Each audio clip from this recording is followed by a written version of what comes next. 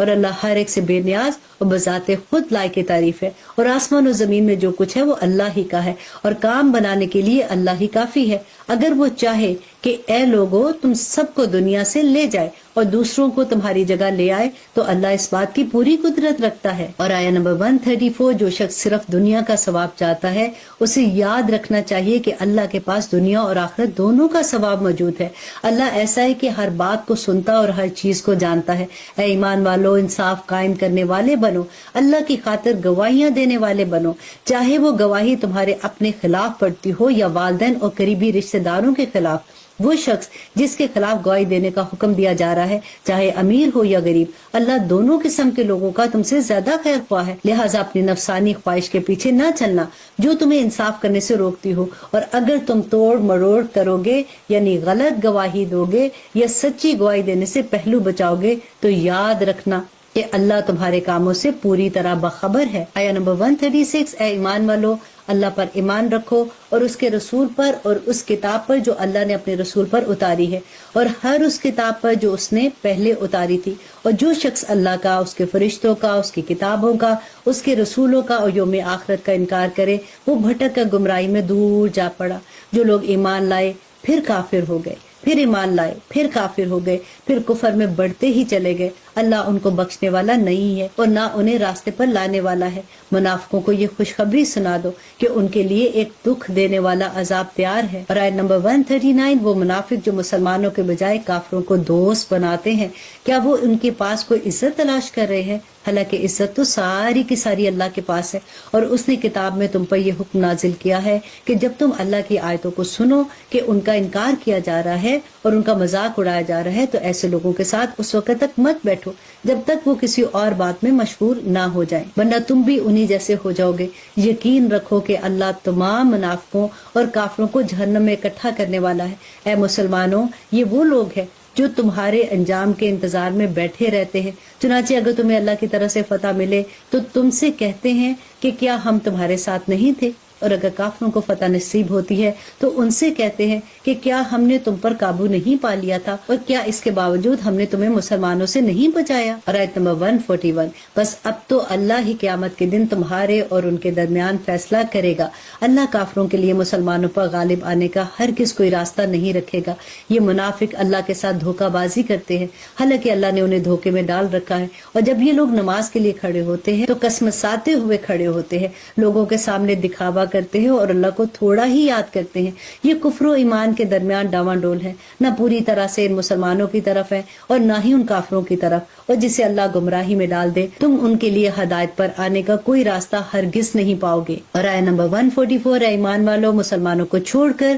کافروں کو دوست مت بناؤ۔ کیا تم یہ چاہتے ہو کہ اللہ کے پاس اپنے خلاف یعنی اپنے مستحق عذاب ہونے کی ایک کھلی وجہ پیدا کر دو؟ یقین جانو کہ منافقین جہنم کے سب سے نچلے درجے میں ہوں گے اور ان کے لیے تم کوئی مددگار نہیں پاؤ گے۔ البتہ جو لوگ توبہ کر لیں، اپنی اصلاح کر لیں، اللہ کا سہارا مضبوطی سے تھام لیں اور اپنے دین کو خالص اللہ کے لیے بنا لیں تو ایسے لوگ مومنوں کے ساتھ شامل ہو جائیں گے، اور اللہ مومنوں کو ضرور اجر عظیم عطا کرے گا۔ اور تم شکر گزار بنو اور صحیح معنوں میں ایمان لے آؤ تو اللہ تمہیں عذاب دے کر آخر کیا کرے گا؟ اللہ تو بڑا قدردان ہے اور سب کے حالات کا پوری طرح علم رکھتا ہے۔ اللہ اس بات کو پسند نہیں کرتا کہ کسی کی برائی اعلانیہ زبان پر لائی جائے، الا یہ کہ کسی پر ظلم ہوا ہو، اور اللہ سب کچھ سنتا اور ہر بات جانتا ہے۔ اور آیت نمبر 149، اگر تم کوئی نیک کام اعلانیہ کرو یا خفیہ طور پر کرو یا کسی برائی کو معاف کر دو تو بہتر ہے، کیونکہ اللہ بہت معاف کرنے والا ہے، اگرچہ سزا دینے پر پوری قدرت رکھتا ہے۔ جو لوگ اللہ اور اس کے رسول کا انکار کرتے ہیں اور اللہ اور اس کے رسولوں کے درمیان فرق کرنا چاہتے ہیں اور کہتے ہیں کہ کچھ رسولوں پر تو ہم ایمان لائے اور کچھ کا انکار کرتے ہیں، اور اس طرح وہ چاہتے ہیں کہ کفر اور ایمان کے درمیان ایک بیچ کی راہ نکال دیں، ایسے لوگ صحیح معنوں میں کافر ہیں، اور کافروں کے لیے ہم نے ذلت امیز سزا تیار کر رکھی ہے۔ اور جو لوگ اللہ پر اور اس کے رسولوں پر ایمان لائے اور ان میں سے کسی کے درمیان فرق نہ کرے تو اللہ ایسے لوگوں کو ان کا اجر عطا کرے گا، اور اللہ تو بہت معاف کرنے والا اور بہت مہربان ہے۔ اور آیت نمبر 153، اے پیغمبر، اہل کتاب تم سے جو مطالبہ کر رہے ہیں کہ تم ان پر آسمان سے کوئی کتاب نازل کرواؤ تو یہ کوئی نئی بات نہیں ہے، کیونکہ یہ لوگ تو موسیٰ سے اس سے بڑا بھی مطالبہ کر چکے ہیں، کیونکہ انہوں نے موسیٰ سے کہا کہا تھا کہ ہمیں اللہ کھلی آنکھوں دکھاؤ، چنانچہ ان کی سرکشی کی وجہ سے ان کو بجلی کے کڑکے نے آ پکڑا۔ پھر ان کے پاس جو کھلی کھلی نشانی آئی، اس کے بعد بھی انہوں نے بچڑے کو معبود بنا لیا۔ اس پر بھی ہم نے انہیں معاف کیا، اور ہم نے موسیٰ کو واضح اقتدار عطا کیا، اور ہم نے کوہ طور کو ان پر بلند کر کے ان سے عہد لیا تھا، اور ہم نے ان سے کہا تھا کہ شہر کے دروازے میں جھکے ہوئے سروں کے ساتھ داخل ہونا، اور ان سے کہا تھا کہ ہفتے کے دن کے بارے میں حد سے نہ گزرنا، اور ہم نے ان سے بہت پکا وعدہ لیا تھا۔ پر ان کے ساتھ جو کچھ ہوا وہ اس لیے کہ انہوں نے اپنا عہد توڑا تھا، اللہ کی آیتوں سے انکار کیا تھا، اور ناحق نبیوں کو قتل کیا، یہ کہا کہ ہمارے دلوں پر تو غلاف چڑھے ہوئے ہیں، حالانکہ حقیقت یہ ہے کہ ان کے کفر کی وجہ سے اللہ نے ان کے دلوں پر مہر لگا دی، اسی لیے تو وہ تھوڑی سی باتوں کے سوا کسی بات پر ایمان نہیں لاتے ہیں۔ اور آیت نمبر 156، اور اس لیے کہ انہوں نے کفر کا راستہ اختیار کیا اور مریم پر بڑے بھاری بہتان کی بات کہی، اور یہ کہا کہ ہم نے اللہ کے رسول مسیح عیسیٰ ابن مریم کو قتل کر دیا تھا، حالانکہ نہ تو انہوں نے عیسیٰ علیہ السلام کو قتل کیا تھا، نہ انہیں سولی پر چڑھایا، بلکہ انہیں تو شک ہو گیا تھا۔ آیت نمبر 157، اور حقیقت یہ ہے کہ جن لوگوں نے اس بارے میں اختلاف کیا ہے وہ اس سلسلے میں شک کا شکار ہے،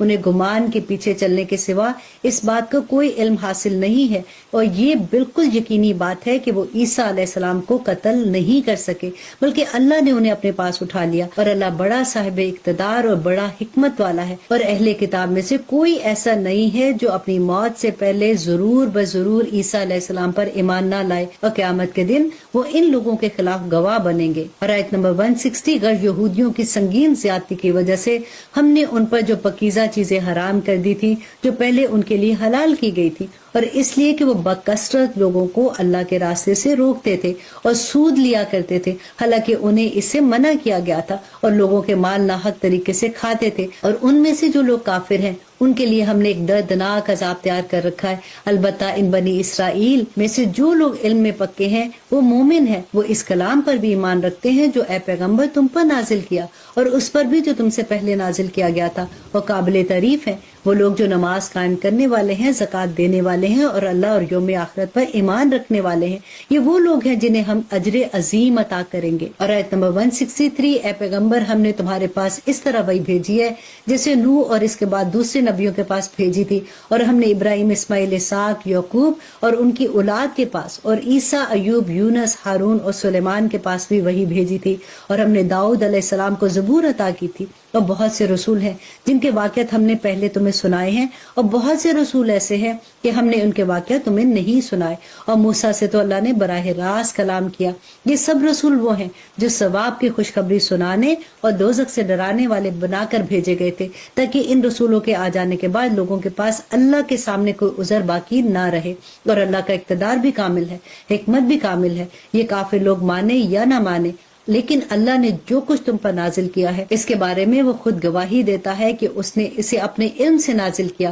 اور فرشتے بھی گواہی دیتے ہیں، اور یوں تو اللہ کی گواہی ہی بالکل کافی ہے۔ اور آیت نمبر 167، یقین جانو کہ جن لوگوں نے کفر اپنا لیا ہے اور لوگوں کو اللہ کے راستے سے روکا ہے اور بھٹک کر گمراہی میں بہت دور نکل گئے ہیں، جن لوگوں نے کفر اپنایا ہے اور دوسروں کو اللہ کے راستے سے روک کر ان پر ظلم کیا ہے، اللہ ان کو بخشنے والا نہیں ہے اور نہ ان کو کوئی سیدھا راستہ دکھانے والا ہے، سوائے دوزخ کے راستے کے جن میں وہ ہمیشہ ہمیشہ رہیں گے۔ اور یہ بات اللہ کے لیے بہت معمولی ہے۔ اے لوگو، یہ رسول تمہارے پاس تمہارے پروردگار کی طرف سے حق لے کر آیا ہے، اب ان پر ایمان لے آؤ کہ تمہاری بہتری اسی میں ہے، اور اگر اب بھی تم نے کفر کی راہ اپنائی تو خوب سمجھ لو کہ تمام آسمانوں اور زمینوں میں جو کچھ ہے وہ اللہ ہی کا ہے، اور اللہ علم اور حکمت دونوں کا مالک ہے۔ اے اہل کتاب، اپنے دین میں حد سے نہ بڑھو اور اللہ کے بارے میں حق کے سوا کوئی بات نہ کہو۔ مسیح عیسیٰ ابن مریم تو محض اللہ کے رسول تھے اور اللہ کا ایک کلمہ تھا جو اس نے مریم تک پہنچایا، اور یہ ایک روح تھی جو اس کی طرف سے پیدا ہوئی ہے۔ اور آیت نمبر 171، لہٰذا اللہ اور اس کے رسول پر ایمان لاؤ اور یہ مت کہو کہ خدا تین ہے، اس بات سے باز آ جاؤ کہ اسی میں تمہاری بہتری ہے۔ اللہ تو ایک معبود ہے، وہ اس بات سے بالکل پاک ہے کہ اس کا کوئی بیٹا ہے۔ آسمان اور زمین میں جو کچھ ہے سب اسی کا ہے، اور سب کی دیکھ بھال کے لیے اللہ کافی ہے۔ مسیح کبھی اس بات کو آر نہیں سمجھ سکتے کہ وہ اللہ کے بندے ہیں، اور نامقرر فرشتے اس میں کوئی آر سمجھتے ہیں، اور جو شخص اپنے پروردگار پروردگار کی بندگی میں آج سمجھے اور تکبر کا مظاہرہ کرے تو وہ اچھی طرح سمجھ لے کہ اللہ ان سب کو اپنے پاس جمع کرے گا. پھر جو لوگ ایمان لائے ہوں گے اور انہوں نے نیک عمل کیے ہوں گے ان کو ان کا پورا پورا ثواب ملے گا اور اپنے فضل سے اللہ سبحانہ تعالیٰ اس کو اور زیادہ کر دے گا. آیہ نمبر 173 رہے وہ لوگ جنہوں نے بندگی کو آر سمجھا ہوگا اور تکبر کا مظاہرہ کیا ہوگا تو ان کے لیے دردناک عذاب ہوگا اور ان کو اللہ کے سوا اپنا کوئی رکھوالا اور مددگار نہیں ملے گا. اے لوگوں تمہارے پاس تمہارے پروردگار کی طرف سے کھلی دلیل آ چکی ہے اور ہم نے تمہارے پاس ایک ایسی روشنی بھیج دی ہے جو راستے کی پوری وضاحت کرنے والی ہے. چنانچہ جو لوگ اللہ پر ایمان لائے ہیں اور انہوں نے اسی کا سہارا تھام لیا ہے اللہ ان کو اپنے فضل اور رحمت میں داخل کرے گا اور انہیں اپنے پاس آنے کے لیے سیدھے راستے تک پہنچا دے گا. اے پیغمبر لوگ تم سے کلالہ کا حکم پوچھتے ہیں کہہ دو کہ اللہ تمہیں کلالہ کے بارے میں حکم بتاتا ہے. اگر کوئی شخص اس حال میں مر جائے کہ اس کی اولاد نہ ہو اور اس کی ایک بہن ہو تو وہ اس کے ترکے میں سے آدھے کا حقدار ہوگی. اور اگر اس بہن کی اولاد نہ ہو اور وہ مر جائے اور اس کا بھائی اس بہن کا وارث ہوگا اور اگر بہنیں دو ہوں تو بھائی کے ترکے سے 2/3 کی حقدار ہوں گی. اور اگر مرنے والے کے بھائی بھی ہوں اور بہنیں بھی تو ایک مرد کو 2 عورتوں کے برابر حصہ ملے گا. اللہ تمہارے سامنے وضاحت کرتا ہے تاکہ تم گمراہ نہ ہو. اللہ ہر چیز کا پورا علم رکھتا ہے. الحمدللہ یہاں پہ آج ہم نے اپنی سورۃ نساء ختم کی. آئی نو کہ 5واں پارہ کمپلیٹ ہو گیا تھا لیکن کیونکہ وہ ٹاپک وہی تھا